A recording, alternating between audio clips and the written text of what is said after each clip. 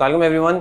जिस तरीके से आपको याद होगा हमने इससे पहले भी एक वीडियो शूट की थी जिसमें हमने दुनिया के डिफरेंट ममालिक पे बात की थी कि उधर इकोनॉमिक सिचुएशन क्या चल रही है। आज की वीडियो भी उसी तरीके की एक इन्वेस्टर अवेयरनेस टाइप वीडियो है जिसमें हम लोग बात करेंगे कि यूनाइटेड किंगडम या यूके में क्या हो रहा है। अब ऑब्वियसली काफ़ी सारी न्यूज़ आई हैं यूके से, क्वीन की डेथ हुई थी, गवर्नमेंट चेंज हुई थी। अभी recently I wouldn't use the word के फाइनेंशियल डिस्ट्रेस में है, लेकिन there has been a bit of financial turbulence in the UK. So what's exactly happened in the United Kingdom? So basically UK में क्या हो रहा है कि यूके में भी एक स्लो डाउन नज़र आ रहा है, जिसकी मेजर रीज़न जो है जो दुनिया में है which is the energy cost. तो energy cost because UK Europe का हिस्सा है, वहाँ पे सर्दी भी ज़्यादा होती है, तो वहाँ पे जो हीटिंग कॉस्ट हैं वो अगर आप 2018 से कंपेयर करें तो तकरीबन 250% ऑलरेडी ऊपर हो गए हैं ना। यूके में एक पार्टी गेट स्कैंडल हुआ था जिसकी वजह से बोरिस जॉनसन की गवर्नमेंट चली गई थी और उसकी जगह कंजर्वेटिव्स की ही नए लोग आए हैं, जिसमें Liz Truss is the prime minister and mister Kwarteng is the chancellor, basically the finance minister. UK में चांसलर कहते हैं उनको। अच्छा, उन्होंने दो चीज़ें की हैं। सबसे पहले उन्होंने ये अनाउंस किया है कि जो एनर्जी कॉस्ट है वो हम लोग फ्रीज़ कर देंगे एट करंट लेवल्स, और उसके लिए एक 150 बिलियन पाउंड्स की सब्सिडी अनाउंस की है जो कि टोटली फंड की है डेट से।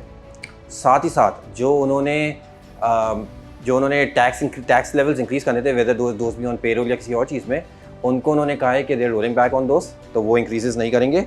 और साथ ही साथ वो लोगों की जो सैलरीज है उस पर टैक्स ब्रेक्स दे दिया। सो एक तरफ टैक्स इंक्रीज भी नहीं किया है, दूसरी तरफ टैक्स ब्रेक्स देना स्टार्ट कर दिया, जिसमें जो हाई अर्नर्स है, so people who are earning 150,000 pounds annually या ज़्यादा, उनको भी टैक्स ब्रेक्स देने की बात की है। ऑब्वियसली अगर आप फ्रॉम अ फाइनेंशियल या फ्रॉम एन इकोनॉमिक पर्सपेक्टिव देखें, एक तरफ आप कह रहे हैं कि हम लोग सब्सिडाइज करेंगे, दूसरी तरफ आप अपनी टैक्स कलेक्शन को भी कम कर रहे हैं, तो ऑब्वियसली ये खतरा बढ़ गया कि ये फंड कैसे होंगी, जिसकी वजह से हमने देखा है जिस वक्त ये टैक्स ब्रेक्स अनाउंस किए गए हैं अगले दिन ही पाउंड में वीकनेस स्टार्ट हो गई। यूएस डॉलर के अगेंस्ट 1.07 तक का लो पाउंड ने बनाया है। और उसका रीज़न क्या था? उसका रीज़न ये था कि अगेन जो मैंने कहा कि लोगों ने सवाल किया कि ये फंडिंग कैसे होगी और is there a possibility not के डिफ़ॉल्ट। लेकिन आपने देखा होगा पाकिस्तान में भी जब हमने बात की थी कि हम लोग शायद जो हैं वो पैसे वापस नहीं करें तो हमने इंटरनेशनल या डिफ़ॉल्ट की तरफ चले जाएँ, तो इंटरनेशनल बॉन्ड्स पाकिस्तान के जो यूरो बॉन्ड्स थे वो ऊपर चले गए थे, उनकी यील्ड्स बहुत ऊपर चली गई थी। सेम चीज़ यूरोप में, सेम चीज़ यूके के अंदर भी हुई है कि उनकी यील्ड्स जो है वो एकदम से स्पाइक कर गई थी। सो जो यील्ड्स सितंबर के स्टार्ट में 3.10 ईयर, अगर मैं उनकी गिल्ड की बात करूं which is their instrument, bond instrument, उसको उधर गिल्ड कहते हैं, वो जो है वो 3.1% से 4.6-4.7% पे स्पाइक कर गया था।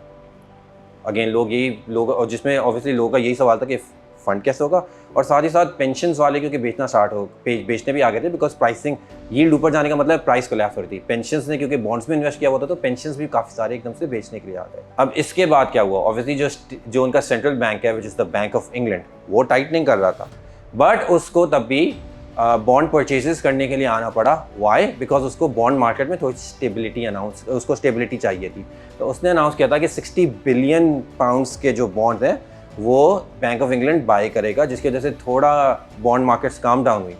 अभी 2 दिन पहले जो उन्होंने अच्छी चीज़ किया वो ये किया है कि गवर्नमेंट ने अनाउंस कर दिया कि they didn't use the word they made a mistake, but उन्होंने अनाउंस किया कि वी हैव लिसन्ड, और हम लोग जो हाईएस्ट अर्नर्स को एटलीस्ट जो टैक्स ब्रेक्स की बात कर रहे थे वो नहीं करेंगे। तो जिसकी वजह से थोड़ी स्टेबिलिटी आ गई है। करेंसी उनकी जो 1.06 1.07 के लो पे गई थी वो 1.15 पे आ गई है। बॉन्ड यील्ड्स भी थोड़ा बहुत इम्प्रूव हो गई हैं। सो एक तरीके से क्राइसिस अवर्ट कर लिया है, बिकॉज अगर बॉन्ड्स पे रन आ जाता तो फिर बहुत ज़्यादा इश्यूज हो सकते थे, बट क्राइसिस अवर्टेड। सो अभी के लिए UK not out of the woods, but situation थोड़ी स्टेबिलिटी की तरफ जा रही है, एटलीस्ट इन द यूके पे। That's it for the overview के यूके में क्या हो रहा था। And if you got any questions whether Pakistan market या बाहर के मार्केट से रिलेटेड भी, तो please do let us know. Thank you for watching.